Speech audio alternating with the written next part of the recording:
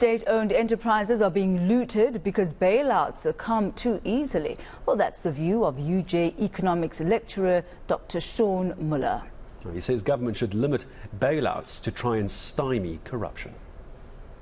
Unfortunately, it tends to be very hard to focus on the technical merits and the public interest merits, because whenever we talk about state-owned enterprises, the discussion is highly ideological. There are people who, on the one hand, think that the state should own these enterprises just by their very nature, because the state should do such things.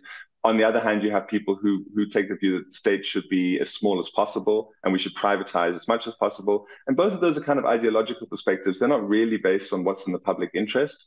Okay, so then you come to a case of SAA.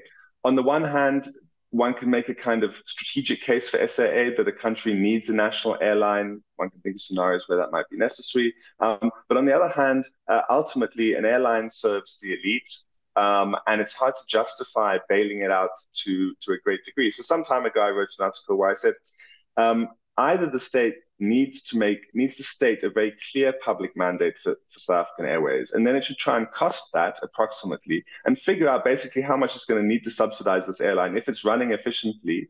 But it could be run efficiently but still make a loss, maybe because, for example, you wanted to serve routes that are good for the tourism industry but are not actually profitable for the airline, right? That's one example of a reason you might want a national airline and why it might be loss-making. But you still need to have a limit on the degree to which you're willing to bail it out, because otherwise, as you said, you can have inefficiency, you can have corruption. And so instead of having to subsidize it by 1 billion or 2 billion rand a year, you're suddenly spending 10 billion rand a year, and most of that is on corruption and inefficiency. So the point is that if you have a state-owned enterprise, it needs to have a clear public mandate, and you need to have a sense of what a reasonable subsidy for that public mandate would be.